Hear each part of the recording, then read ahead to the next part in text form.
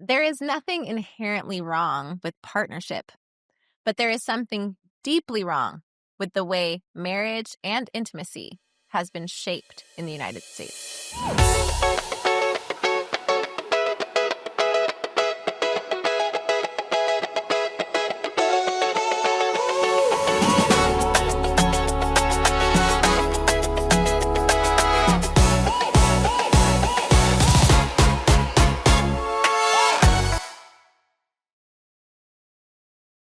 If something that's supposed to be about care, safety, and connection feels confusing, exhausting, or quietly painful for so many people, that isn't a coincidence. In the last episode, we talked about how a system that teaches people not to trust themselves, not in their bodies, not in pain, not in caregiving, doesn't stop at childhood. Today, I want to talk about how that same system follows us into our romantic relationships. And I want to build upon what we talked about last time. Because American patriarchy doesn't just organize institutions, it organizes intimacy. American marriage was never designed as a partnership between equals. It was designed as a structure that organized power. Men were taught that leadership meant control, that providing meant authority, that emotional distance was strength. Women were taught that love meant self-sacrifice, that intuition was unreliable, that harmony mattered more than honesty.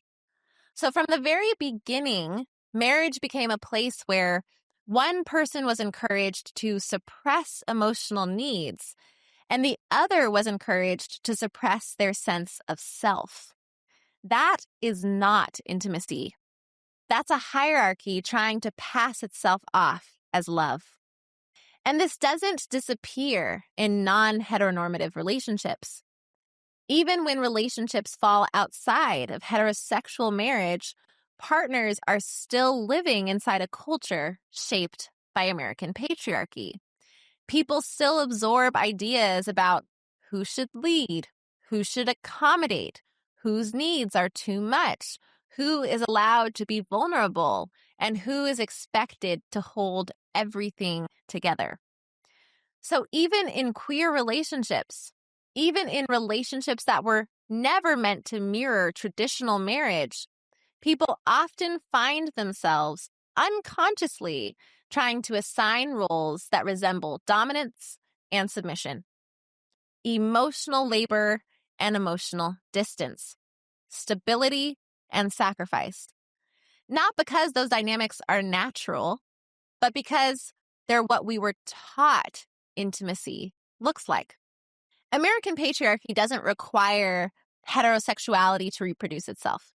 It requires unexamined norms. When men are taught to dominate instead of attune, they are cut off from emotional literacy, vulnerability, deep connection with their partners and communities. When women are taught to be dominated, they are cut off from trusting their intuition, naming their needs, believing they deserve care without earning it. And when anyone, regardless of gender, is taught that love requires self-erasure or control, relationships become sites of anxiety instead of safety. Children raised inside these dynamics learn whose needs matter, whose emotions are inconvenient, and what love demands in return for belonging. If your relationships feel hard, it's not because you are broken. And it's not because you are failing at intimacy.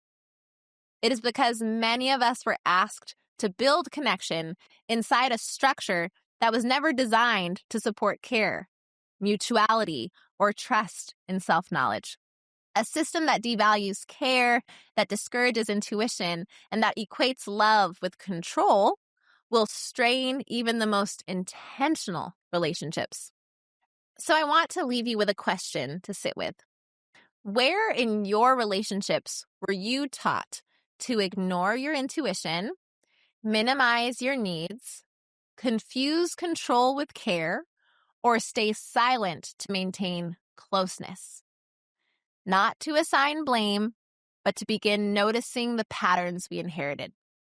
Because seeing them clearly changes what you're willing to accept. In the next episode, we're going to talk about how these same dynamics didn't just isolate romantic partners. They fractured community care, especially among mothers, making it nearly impossible to feel supported no matter what choices were made. If this episode resonated with you, consider sharing it with someone you trust and love.